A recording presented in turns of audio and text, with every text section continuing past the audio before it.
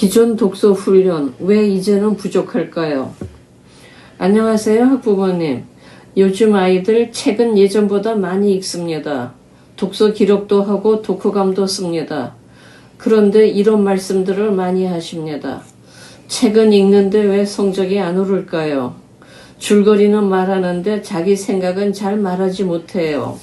긴 지문만 나오면 힘들어해요. 이게 왜 그럴까요?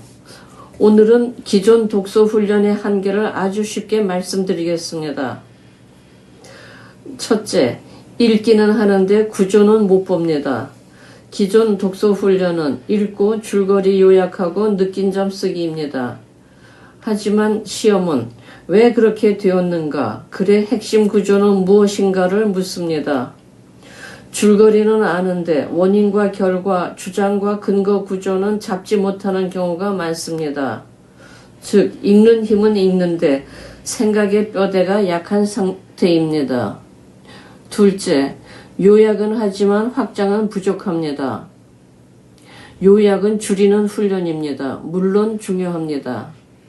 하지만 미래 사회는 줄이는 사람보다 새로운 관점을 더하는 사람을 원합니다. 예를 들어 환경책을 읽고 환경보호가 중요합니다 해서 끝난다면 이건 이해 단계입니다. 하지만 그렇다면 내가 바꿀 수 있는 행동은, 이 문제를 해결하는 새로운 방법은 까지 가야 확장 사고입니다. 기존 독서 훈련은 이 확장 단계가 부족합니다. 셋째, 느낀 점 중심 글쓰기는 한계가 있습니다. 감동적이었습니다. 배려의 중요성을 느꼈습니다. 이 문장은 틀리지는 않습니다. 하지만 논리력은 잘하지 않습니다. 왜 감동적이었는지, 어떤 장면이 근거인지, 현실과 어떻게 연결되는지까지 가야 합니다. 감정 전리와 사고 훈련은 다릅니다. 넷째, 정답 중심 사고에 익숙해집니다. 기존 독서 문제는 정답이 있습니다. 하지만 앞으로 아이들이 살아갈 시대는 정답이 없는 문제의 시대입니다. AI는 이미 요약도 해주고 의견도 써주고 해석도 해줍니다. 그렇다면 우리 아이는 AI가 준 답을 정리하는 아이로 자랄까요? 아니면 그 답을 넘어서는 질문을 던지는 아이로 자랄까요? 기존 독서 훈련은 정답 이해 중심입니다. 하지만 미래는 질문 생성 능력을 요구합니다. 다섯째, 시대에 맞지 않는 훈련 구조. 지금 아이들은 이미 AI를 사용합니다. 그런데 학교와 학원의 독서 훈련은 AI 이전 시대 방식입니다. 읽고 정리하고 제출하고 끝.